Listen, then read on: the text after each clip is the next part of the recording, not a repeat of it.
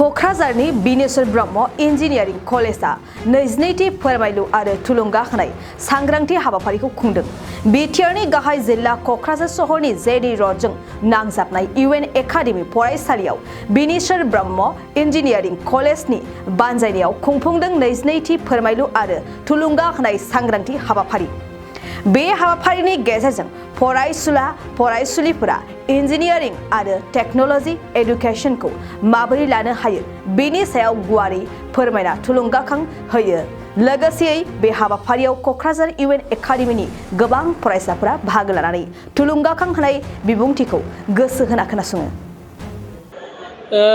जोबोद गोजोननाय मोनदों दिनै जोङो 22थि खेब बे इउएन एकाडेमि क'क्राझाराव फैनानै इनफरमेशन मटिभेशन काम एवारनेस प्रग्रामखौ जे खालामफैनो हादों इन्जिनियारिं एबा टेक्न'लजि एडुकेशननि सायाव।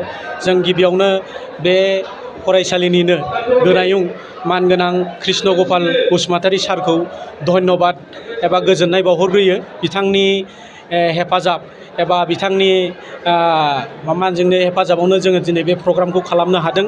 लोगोसे जोङो जोंनि बिनेस्वर ब्रह्म इन्जिनियारिं कलेजनि गोरायुं एबा प्रिन्सिपालखौबो धन्यबाद होनांगोन। बिथांनिनो बेयो मोनसे मिशन। दिनैसिम जोङो अदालगुरि, चिरां आरो बाक्सायाव बेबायदि प्रग्रामखौ खालामगासिनो दङ।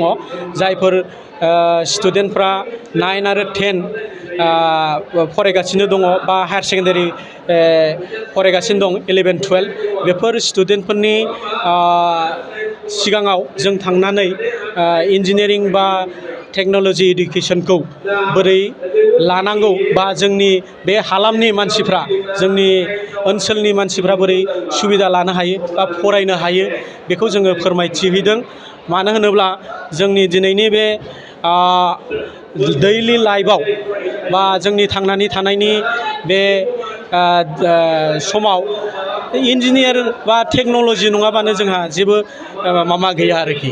दा जोंनि सानफ्रोमबोनि दैनन्दिन लाइफआव जों इन्जिनियारफोर दिहुननाय बा इन्जिनियारफोर मावनाय खामानिखौनो जोङो बिसोरखौनो लोब्बा लाखिनानै बा बिसोरनि बे दिहुनथाइफोरखौनो जोङो बाहायनानै दैनन्दिन खामानिफोरखौ मावनो हायो आरो जोंनि थांनानै थानायनि राहा लामाफोरखौ बा जोंनि यां जेनेरेसनफ्रा बोरै इन्जिनियारिं लाइनाव बा टेक्न'लजि लाइनाव फैनो हायो जों बेफोरनि बिथिङै दिथा होनानै जोङो दिनै बे खामानिफोरखौ मावगासिनो दं हानायखिनि बेनो आरो।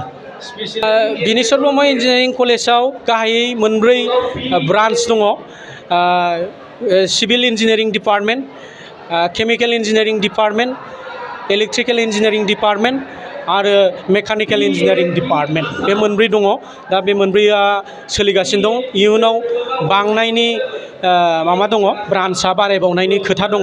दा इयुनाव बारायोब्ला माबे ब्रान्सआ फैगोन जों इयुनावसो बुंनो हासिगोन आरो। फरायसाफोर बा सोलोंसाफोरा बिबिन जेनेरेल जयेन मोननो थाखाय बा कलेजाव फरायनो थाखाय माबायदि राहा बिनि थाखाय मा स्ट्रेटेजि लानांगौ? बिनेस्वर ब्रह्म इन्जिनियारिं कलेज बा आसाम स्टेटनि सिङाव इन्जिनियारिंफोर थानाय कलेजफ्राव जुदि एडमिसन मोनोब्ला गिबियावनो हायार सेकेन्डारियाव साइन्स फरायनांगोन। साइन्स फरायनायनि उनाव इन्ट्रेन्स होनांगोन CWE खौ आस2आ कन्डाक्ट खालामो। बे CWEनि इन्ट्रेन्स होखांनायनि उनाव इन्ट्रेन्सआव जेब्ला बियो मार्क केरि खालामगोन आरो हायार सेकेन्डारियाव जेब्ला बिनि मार्कआ माखासे केटेगरिजों मिलायगोन अब्ला बे एडमिसनखौ लानो हागोन आरो काउन्सिलिंनि गेजेरजों।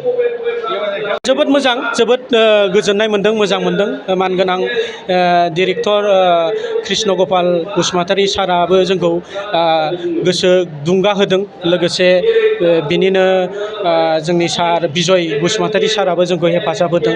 जों फैनानै जोबोद गोजोननाय मोनदों आरो। स्पेसियेलि बे फरायसालिया बर' बिजोंनि फरायसालि। बे बर' बिजोंनि फरायसालि हिसाबै बर' बिजोंजों फरायोब्ला इन्जिनियार बिथिङाव माबाफोर जेंना जायो नामा?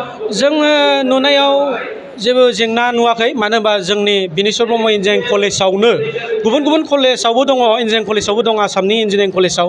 बिनेस्वर ब्रह्म इन्जिनियारिं कलेजावबो जोङो गोबां बर' बिजोंजों फरायनाय स्टुडेन्टफोर मोननो हादों आरो दासिमहालागै फरायगासिनो दं। आरो नै दा जोङो बे स्कुलावनो फरायनानै दिनै लास्ट सेमिस्टाराव फैनाय सासे स्टुडेन्टखौबो लाबोफानाय जादों।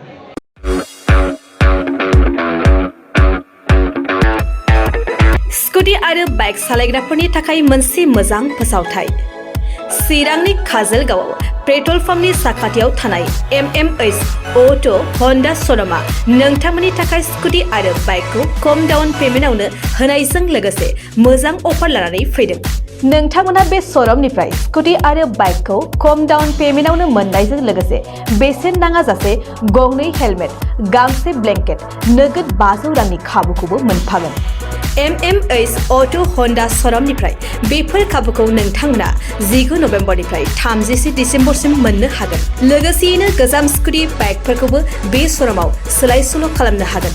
नोंथांमोना MMH अटो हन्डा श'रुमाव स्कुटि आरो बाइकखौ बायनो गोसो दङब्ला नैबे मबाइल नम्बर 8720957824 एबा 6001916155 आव थोंजों फोनांजाब खालामनो हागोन।